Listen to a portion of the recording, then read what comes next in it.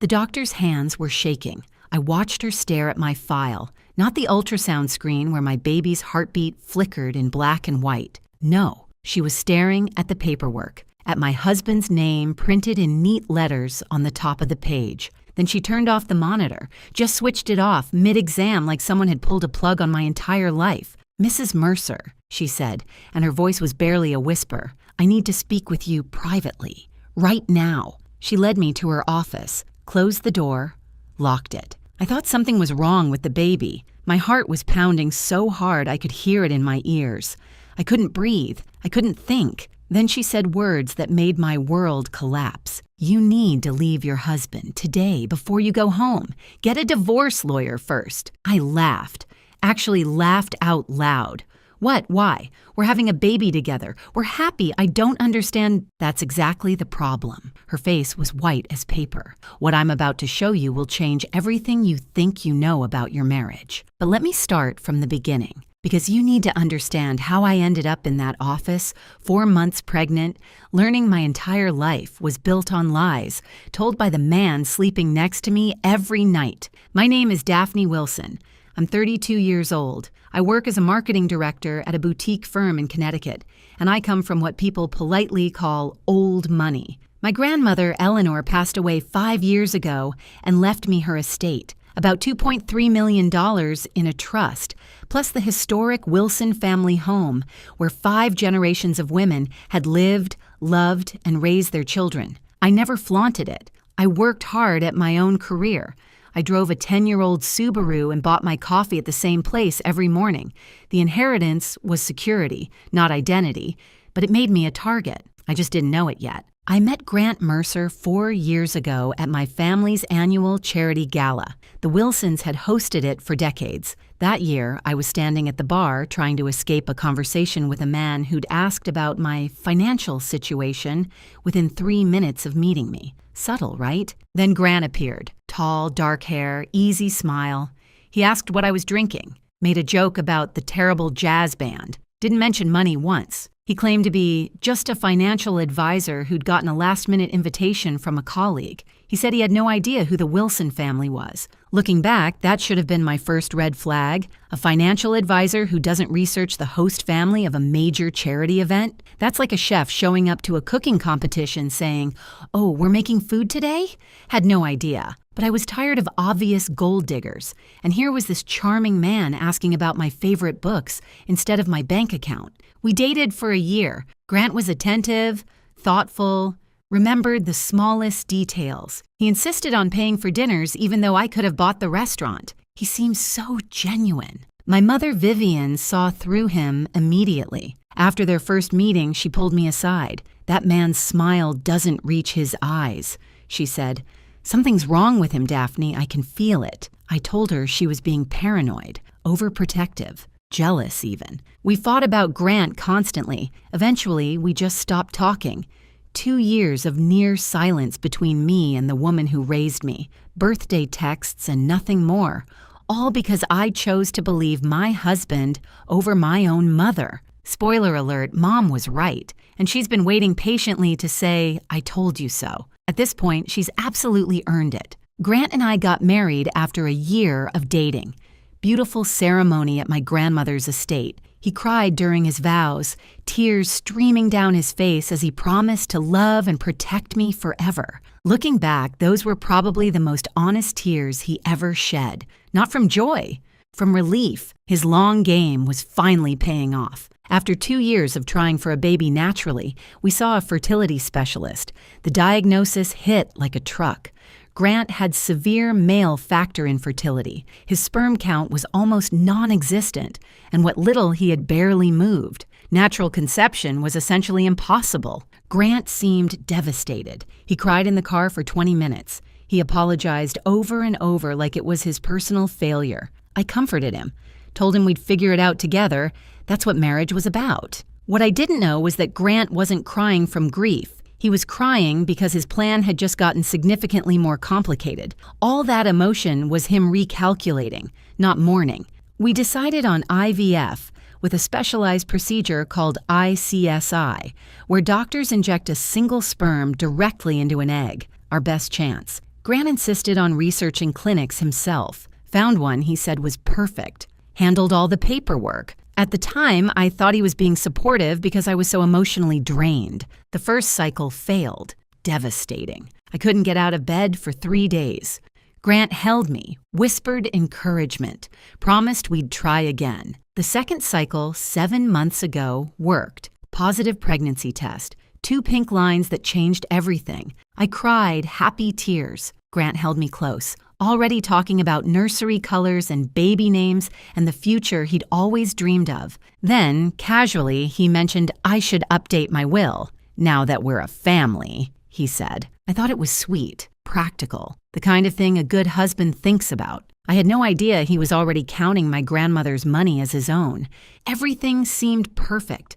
The loving husband, the baby on the way, the life I dreamed about since I was a little girl playing with dolls in my grandmother's garden. I had no idea that in just 3 months, a stranger with trembling hands would show me documents that would burn my perfect life to ashes. And I had no idea that the fire had been set by the man sleeping next to me every single night. Before we continue, if you're enjoying this story, please hit subscribe and tell me in the comments where you're watching from and what time it is there. I read every single comment and it truly means the world to me. Now, back to the story. 4 months pregnant and something had shifted in my marriage. Small things at first.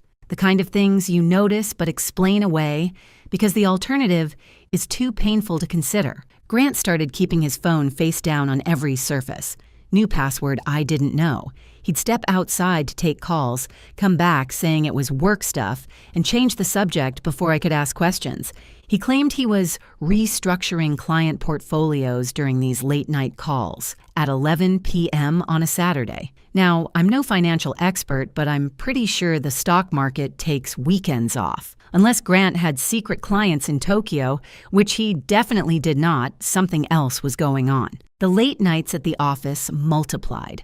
3 times a week, sometimes 4, he wouldn't come home until midnight. He's a financial advisor, not an emergency room surgeon. What could possibly require that kind of schedule? I found receipts.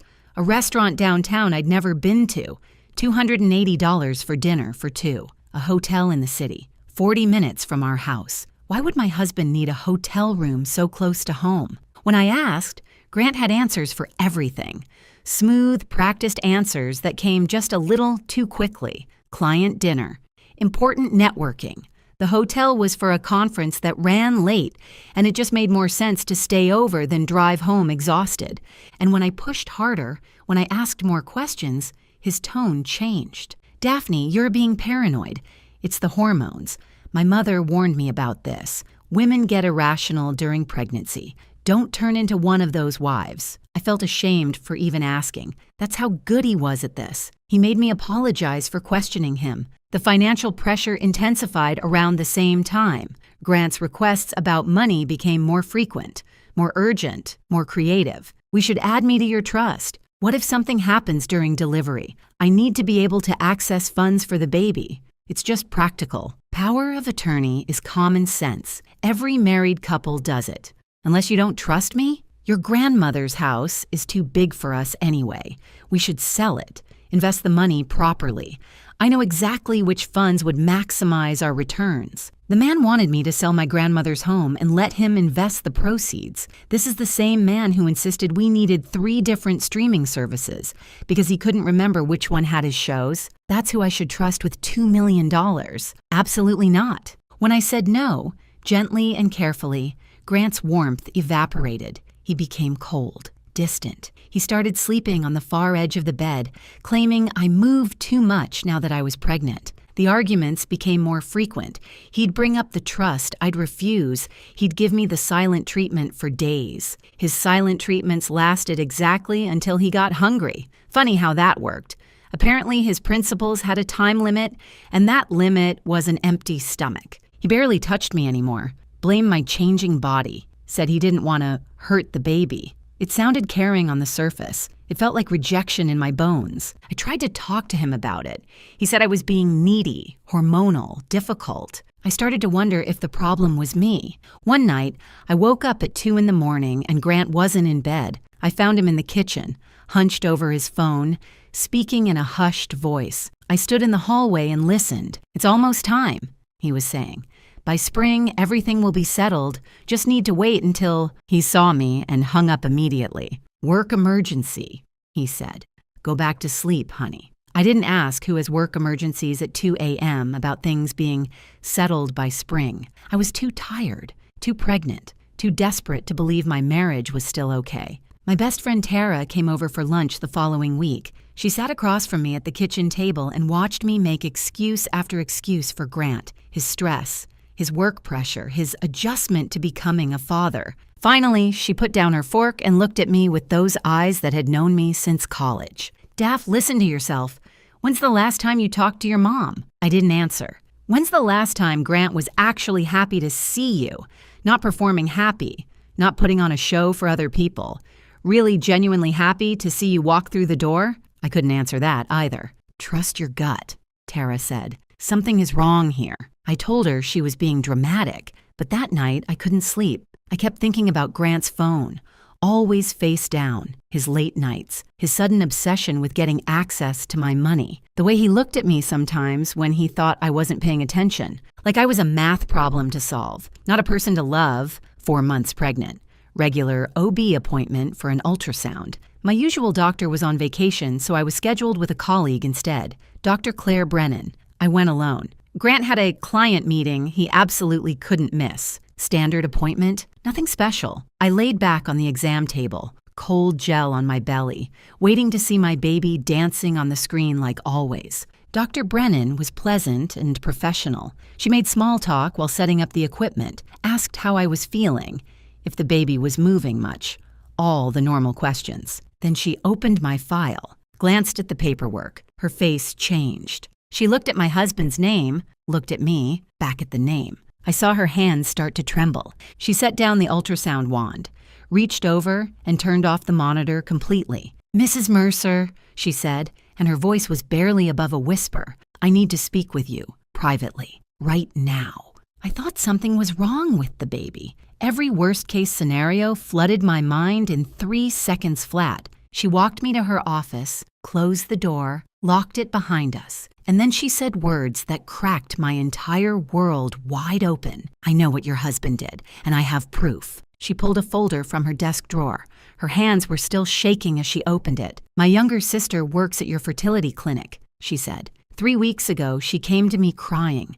She told me everything. When I saw your husband's name on your file just now, I recognized it immediately. Dr. Brennan took a deep breath. "Mrs. Mercer, I'm so sorry, but you need to see this before you go home, before he knows that you know." She laid the folder open on her desk between us, and everything I thought I knew about my marriage, my pregnancy, and the man I loved turned to ash right in front of my eyes. Dr. Claire Brennan's younger sister, Molly, worked as a nurse at the fertility clinic, the same clinic my husband had so carefully researched for our IVF treatment. The clinic he insisted was perfect for us. Now I understood why he'd been so particular about that choice. Claire explained everything, her voice steady even though her hands weren't. 3 weeks earlier, Molly had shown up at Claire's apartment close to midnight. She was sobbing so hard she could barely speak. She hadn't been sleeping.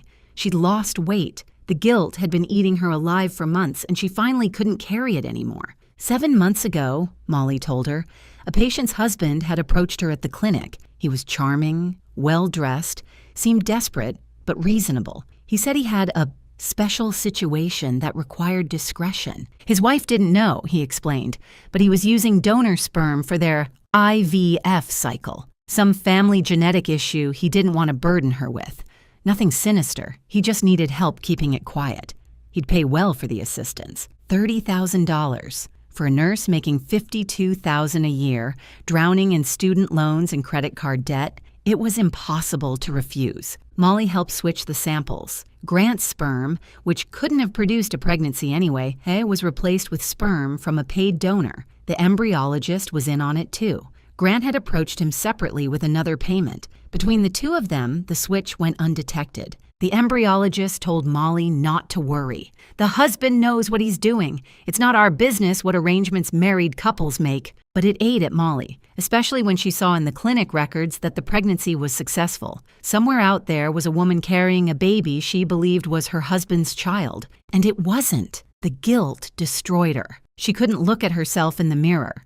She called in sick constantly. She started having panic attacks at work. 3 weeks ago, she finally broke. She told Claire everything. I sat in that office listening to Dr. Brennan explain how my husband had spent $50,000 to frame me for cheating on him. $50,000. That's more than he spent on our entire wedding, including the honeymoon. I guess I finally knew where his real priorities had always been, and they definitely weren't the open bar. But there was more, so much more. Claire laid out the complete scheme.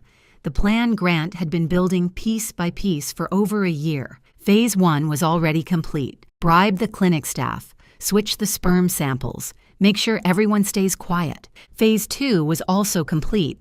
Wait for a successful pregnancy. Play the devoted, excited father-to-be. Build the perfect image. Phase 3 was planned for after the baby was born. Grant was going to have the embryologist alter the clinic records. The paperwork would be changed to show that our second IVF cycle failed. That way, it would appear we had conceived naturally afterward. Phase 4 was the trap. After the birth, Grant planned to suggest a DNA test. He'd frame it as something sweet and sentimental, proof of fatherhood to hang in the nursery, a celebration of our family. And Phase 5 was the kill shot. When the DNA test proved he wasn't the biological father, and when the medical records showed we had conceived naturally, he would have all the evidence he needed. His wife had cheated on him. The baby wasn't his. He was the victim. Our prenup had an infidelity clause. This is common in wealthy families, protects the assets.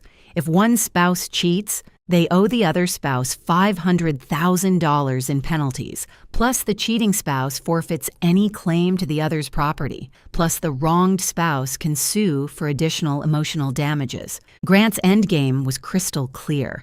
He would walk away with $500,000 minimum, he'd destroy my reputation, he'd probably get more in a lawsuit, and I would have been so devastated, so confused, so desperate to protect my child that I wouldn't have fought back effectively. He was counting on my shame to make me compliant. He almost got away with it. Dr. Brennan pulled more documents from the folder. Molly had saved everything. Original sample records showing the switch, the donor's ID number, payment records that could be traced to accounts Grant controlled. There were even email communications between Grant and the embryologist. They thought they were being clever, using personal email accounts and vague language. But there was enough, more than enough. Molly had also tracked down the donor. His name was Derek Sykes, a 28-year-old graduate student who'd been paid $15,000 in cash. Normal sperm donation pays maybe $100, sometimes $200.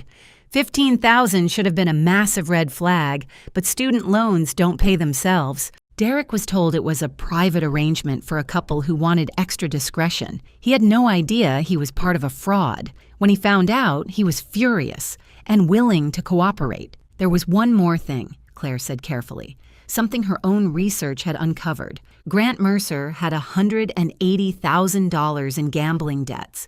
He'd been gambling for years.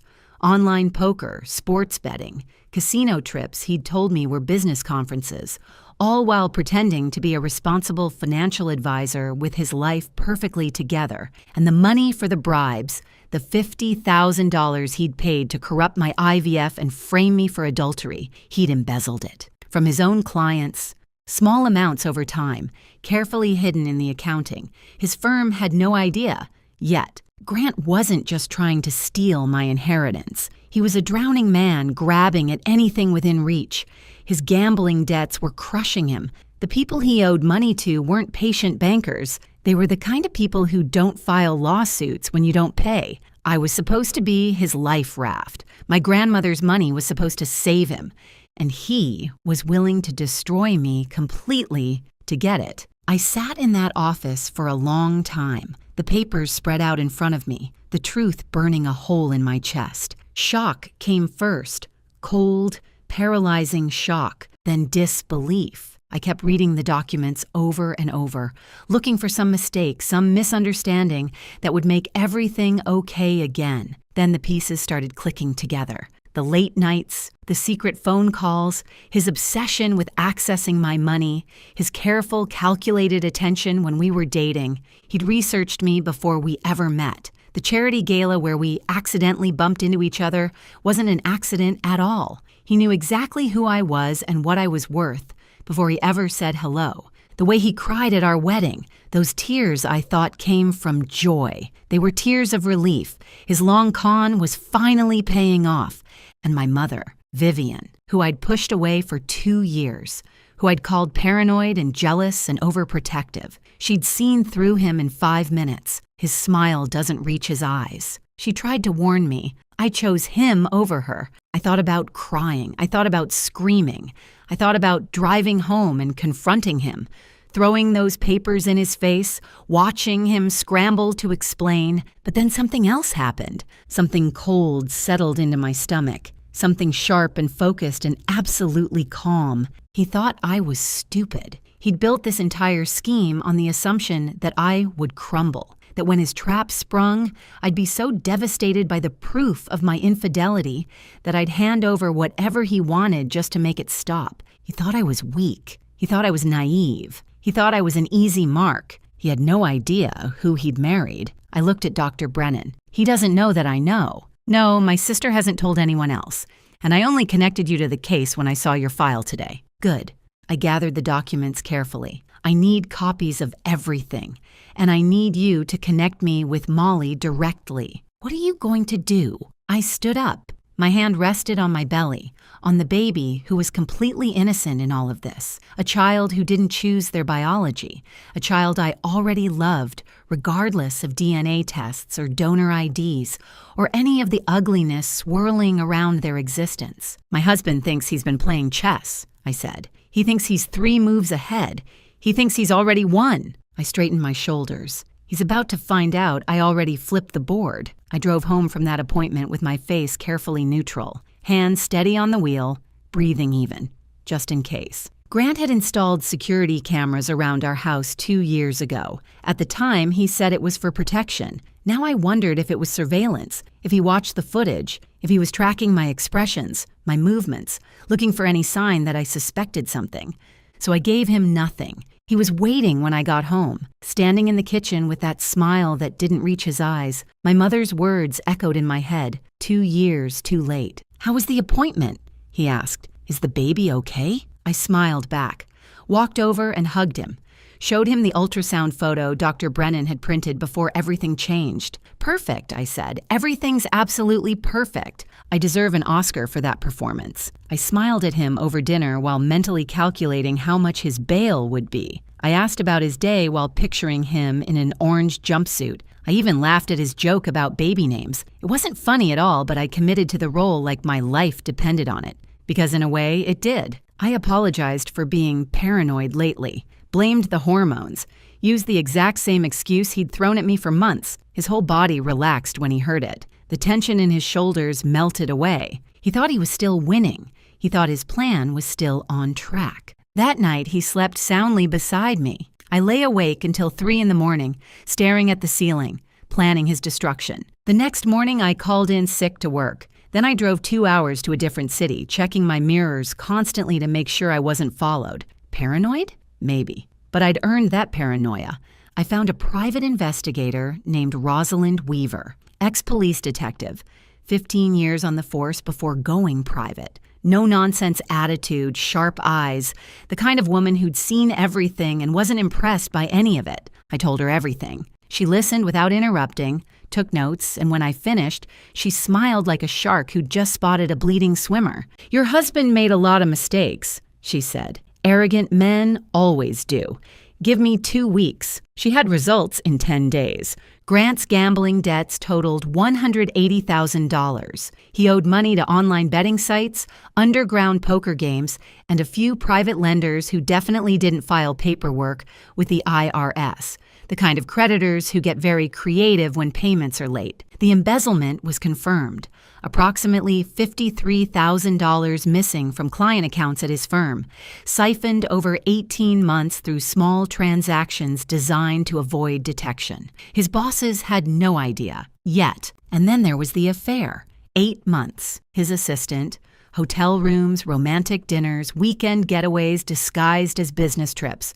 Rosalind had photos, text messages, credit card receipts, the whole pathetic collection. His assistant. Of course it was his assistant. How completely unoriginal. I was almost insulted by the cliché. If you're going to destroy your marriage, at least show some creativity. Having an affair with your assistant is literally chapter 1 of the Cheating Husband Handbook. Not that such a handbook exists, but if it did, Grant would have highlighted that page. Rosalind found something else too. This wasn't Grant's first attempt at landing a wealthy woman.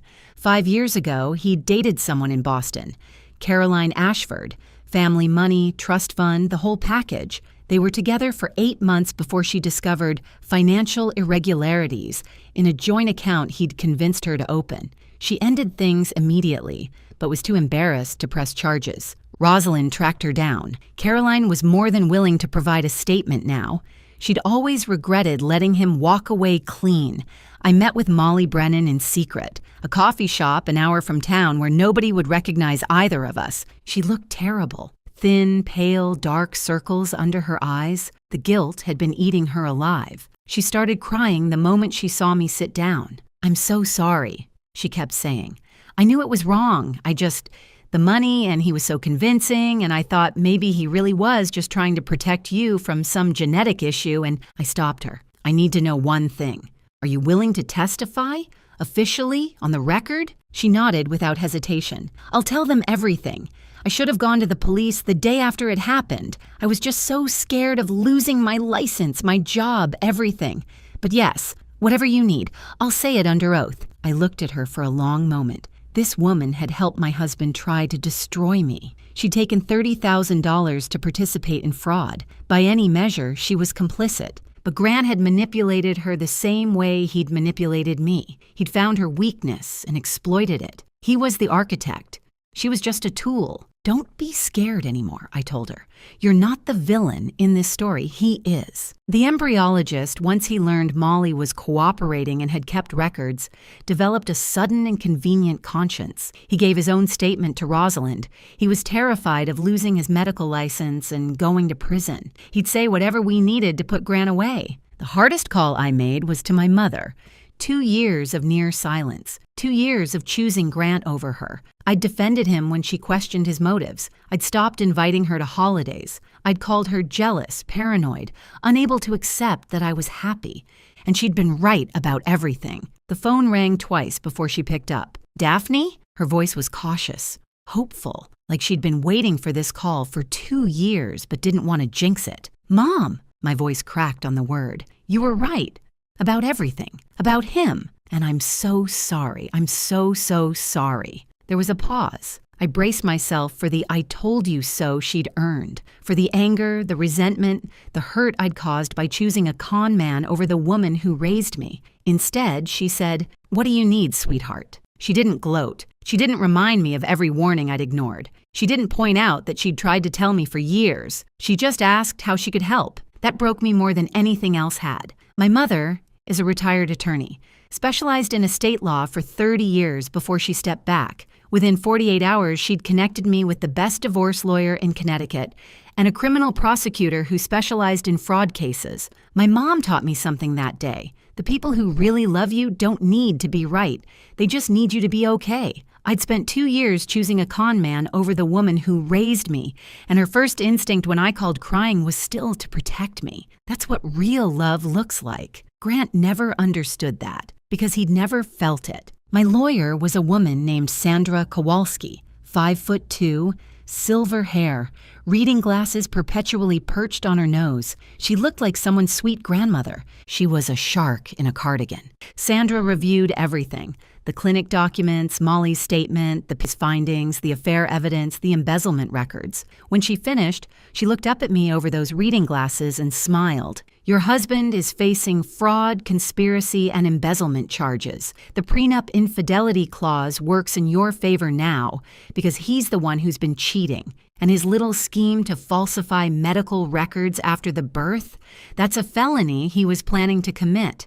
We have evidence of intent. She coordinated with the prosecutor. Molly gave a formal sworn statement to police.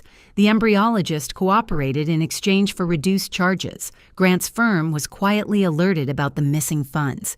They began their own investigation and immediately froze his access to client accounts. A judge reviewed the evidence, found probable cause, issued an arrest warrant for fraud, conspiracy, and embezzlement. My lawyer called it a formality at this point. I called it the best piece of paper I'd ever seen in my life. 8.5 by 11 inches of pure karma. 6 weeks after that ultrasound appointment, I suggested to Grant that we throw a celebration, a baby moon party at my grandmother's estate. Both families, close friends, an afternoon garden gathering to celebrate the baby coming soon. His eyes lit up like Christmas morning. More witnesses to his devoted husband performance. More people who would feel sorry for him later when his wife was exposed as a cheater. More fuel for the sympathy he was planning to milk. "That's a wonderful idea," he said, kissing my forehead in that gentle way that used to make me feel safe. "Let me help plan everything." No. I patted his chest. "You've been working so hard lately. All those late nights at the office. Let me handle the party. You just show up and enjoy it." He had no idea that my version of handling everything included police officers waiting in the guest house, my lawyer stationed near the bar, Derek Sykes ready to testify, every piece of evidence organized in folders, and his own parents about to learn exactly who their son really was. The party was scheduled for Saturday. Grant spent that morning in the bathroom practicing expressions in the mirror, adjusting his tie, rehearsing his excited father smile. I watched him through the crack in the door. This man I'd shared a bed with for 3 years. This man I'd trusted with my future, my family, my heart. He thought he was walking into his crowning achievement. He had no idea he was walking into his own funeral, the Wilson family estate in late spring. My grandmother's gardens in full bloom, 50 years of careful cultivation bursting with color, white tents on the back lawn, champagne chilling in silver buckets, flowers arranged on every table, a string quartet playing softly near the rose bushes, 50 guests milling about in their Sunday best, family, friends, colleagues. Grant's parents had driven up from Maryland, so proud of their successful son and his beautiful pregnant wife. My grandmother would have loved this party. She also would have seen through Grant in about 30 seconds flat. But that's grandmother wisdom for you. The older generation has a radar for phonies that the rest of us have to develop the hard way. Grant was in his absolute element, working the crowd like a politician at a fundraiser. Handshakes, backslaps, that charming laugh he'd perfected over years of practice. His hand kept finding my belly for photos. Every time someone pointed a camera, there he was, the devoted father-to-be, gazing at me with what looked like adoration. He was so good at pretending to be human, I almost felt sorry for him. Almost. The feeling lasted approximately 3 seconds before I remembered the $50,000 he'd spent trying to destroy my life. Sympathy evaporated pretty quickly after that. Grant's mother kept dabbing her eyes with a handkerchief. I always knew he'd make a wonderful father, she told anyone who would listen. Such a good boy, such a caring husband. His father walked around shaking hands, chest puffed out, proud of the family Grant was supposedly building, the legacy continuing. The Mercer name carried forward. My own mother stood near the dessert table, watching Grant with the patient expression of a cat observing a mouse that doesn't know it's trapped. She caught my eye across the lawn and raised her champagne glass slightly. Almost time. Around 3 o'clock, Grant did exactly what I knew he would do. He'd been dropping hints for weeks about wanting to celebrate fatherhood with a DNA test, frame the results in the nursery, proof of their bond. So romantic, so meaningful, so completely staged. At the party, he brought it up again, loudly, making sure plenty of people could hear. "You know what we should do, honey?" He pulled me close, arm around my waist, playing to the crowd. "I've been thinking. Let's get one of those DNA test kits. We can frame the results for the nursery. Proof that daddy and baby are connected forever. Wouldn't that be special?"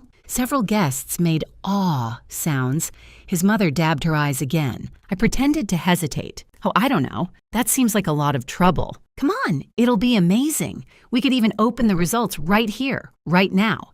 Make it part of the celebration. What do you think, everyone? Encouraging murmurs from the crowd. Someone said, "How sweet." Someone else mentioned they wished their husband was that thoughtful. Well, I looked around, playing the shy wife. If everyone thinks it's a good idea, Grant was practically glowing. This was his moment. The trap he'd spent over a year building was about to snap shut. He could already taste my money, my humiliation, my destruction. He just didn't realize whose neck was in the trap. If this story has you on the edge of your seat, please hit that like button. I love hearing your thoughts in the comments. Now let's get to what you've been waiting for. Instead of pulling out a DNA kit, I walked toward the small platform we'd set up near the fountain, the one meant for toasts and speeches. I picked up the microphone. Grant smiled up at me from the crowd, champagne in hand. He was already rehearsing his shocked, devastated face, practicing the tears he'd cry when the truth came out about his cheating wife. "Thank you all for coming today," I said, my voice carrying across the lawn. "This party is supposed to be about celebration, about family, about truth." I found Grant's eyes in the crowd. "My husband said he wanted to reveal something special today, so I'm going to help him do exactly that." His smile flickered, just for a second, the first crack in his performance. I reached under the podium and pulled out a folder. 3 months ago, I learned something about my husband that changed everything I thought I knew about my marriage. I want to share it with all of you today because Grant is right. This should be about truth. Grant's smile was frozen now. His champagne glass had stopped halfway to his lips. Grant and I struggled with fertility. His diagnosis meant natural conception was impossible for us. So we did IVF at a clinic he chose. I held up the first document. These are the records from that clinic. The original records, before anyone had a chance to alter them. I let that word hang in the air. Original. Grant's face went pale. These records show that my husband bribed 2 clinic employees to switch his sperm sample with donor sperm. He paid $30,000 to a nurse. He paid the embryologist. And he paid $15,000 to a young man named Derek Sykes. I gestured toward the edge of the crowd. Derek stepped forward, a 28-year-old grad student who'd thought he was helping an infertile couple, not participating in fraud. To provide the sperm that was used to conceive my child without my knowledge, without my consent. Gasps rippled through the crowd. Grant's mother grabbed his father's arm. Someone dropped a champagne glass and it shattered on the patio stones. My husband's plan was simple, I continued. Wait until our child was born, demand a DNA test, and when the results proved he wasn't the biological father, which he already knew would happen, he would accuse me of having an affair. I held up more documents. Our prenup has an infidelity clause. If I had supposedly cheated, I would owe him $500,000. He could sue for additional damages. He could destroy my reputation. He could take everything my grandmother left me and walk away. Grant found his voice. It came out strangled, desperate. "Daphne, honey, this is insane. You're confused. It's the pregnancy, the hormones. You're not thinking clearly. I'm not finished." My voice was ice. The crowd went silent. In addition to bribing the fertility clinic, my husband embezzled approximately $50,000 from his clients at his firm to fund this scheme. I looked at a man standing near the bar, Grant's boss, who'd been quietly invited. His firm is now aware and investigating. Grant's boss set down his drink. His face said everything. My husband also has $180,000 in gambling debts, money he owes to people who don't take late payments kindly. And for the past 8 months, I pulled out the photographs. Nothing explicit, just romantic enough to leave no doubt. He's been having an affair with his assistant. Grant's mother made a sound like she'd been punched in the stomach. I displayed the photos, restaurant dinners, hotel entrances, the kind of evidence that removes all possibility of denial. This wasn't even his first attempt, I added. 5 years ago in Boston, he targeted another woman with family money. That relationship ended when she discovered financial irregularities. She's provided a statement to investigators and is prepared to testify. Grant's champagne glass slipped from his fingers. It hit the stone patio and exploded, champagne spraying across his expensive shoes. Those are lies. he stammered. "She's making this up. She's mentally unstable. The pregnancy has affected her mind." Grant, his own mother's voice cut through the noise, quiet but sharp enough to draw blood. "Is any of this true?" He turned to face her, opened his mouth to deny everything. Nothing came out. Molly Brennan stepped forward from where she'd been standing near the guest house, pale but determined. "I'm the nurse he bribed," she said. "I have documentation of everything. I've already given my statement to police." Derek Sykes spoke up next.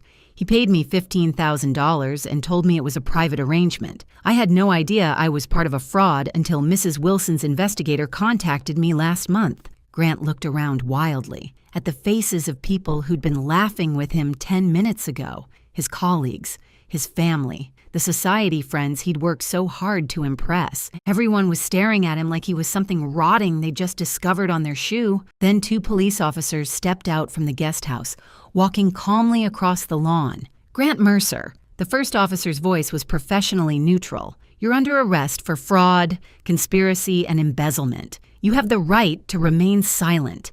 Anything you say can and will be used against you in a court of law." They handcuffed him right there, in front of everyone. His mother was sobbing now.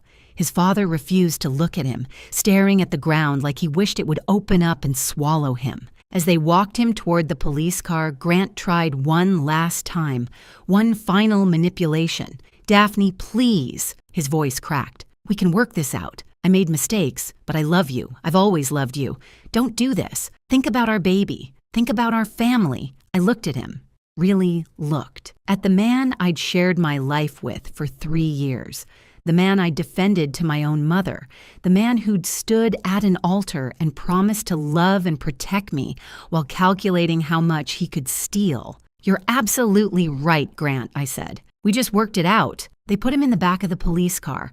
I watched it drive away down the long gravel path, past the gardens my grandmother had planted half a century ago, through the iron gates of the property Grant had wanted so desperately to own. 50 guests stood in absolute silence. Then my mother walked up and put her arm around my shoulders. "I'm proud of you," she said quietly. "Your grandmother would be too." And for the first time in months, I took a full breath. Grant was denied bail. "Flight risk," the judge said. Between his gambling debts and the people he owed money to, there was too much chance he'd disappear. Those gambling creditors got very interested very quickly once the arrest made the news. They'd been patient while Grant had a wealthy wife. That patience evaporated the moment they realized the money train had derailed. His affair partner, the assistant he'd been sneaking around with for 8 months, resigned from his firm the morning after the party. Didn't even clean out her desk. Just sent an email and vanished.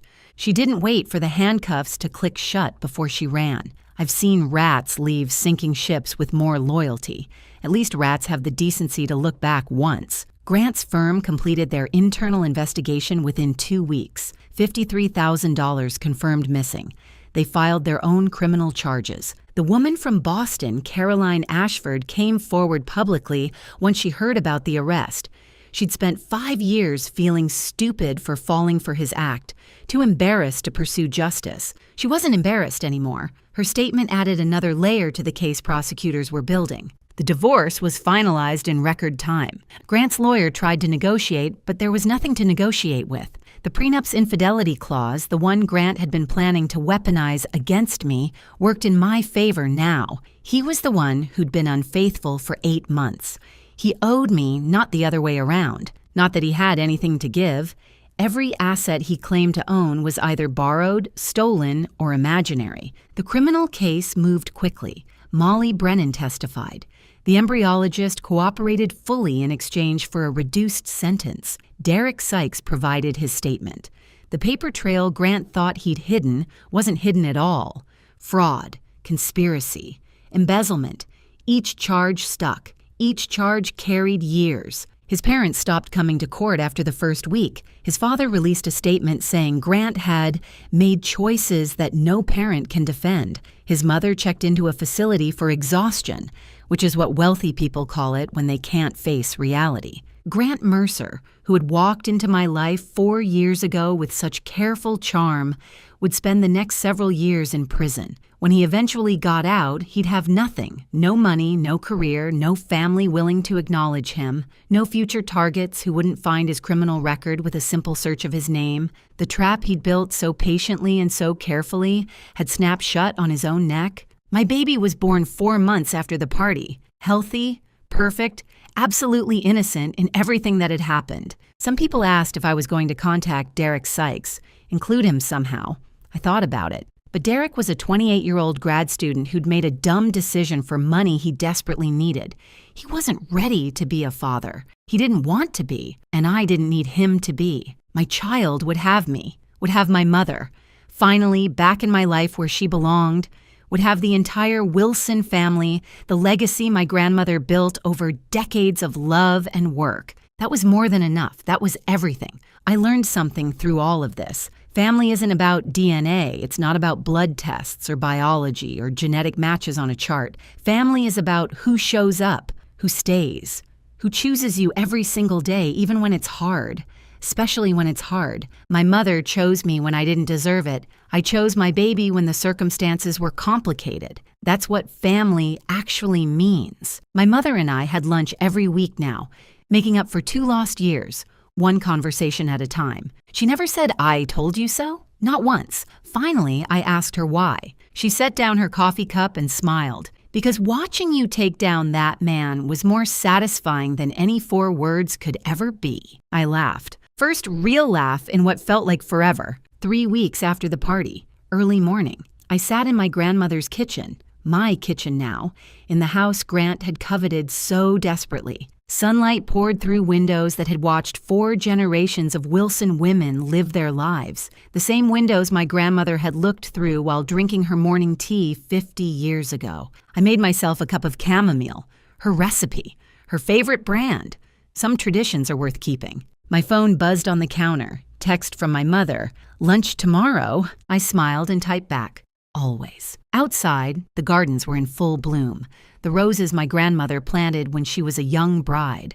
The hydrangeas she added when my mother was born. The lavender border I'd helped her install when I was 10 years old. My small hands patting dirt around each seedling while she told me stories about our family. I put my hand on my belly, felt the baby move. Grant Mercer had tried to take everything from me. My money, my reputation, my future, my peace. All he actually did was show me exactly how strong I'd always been. Some people spend their whole lives waiting for karma to arrive. I was lucky. I got to deliver mine in person, with documentation, in front of 50 witnesses. My grandmother used to say that Wilson women don't break. We bend, we adapt, we survive. And when someone tries to burn us down, we rise from the ashes and build something better. Grant thought he married an easy target. He married a Wilson. And now he had plenty of time in a prison cell to think about that mistake. Thank you so much for watching. More of my most gripping stories are already on your screen. Click one now and don't miss the best part. You will love it. See you in the next story.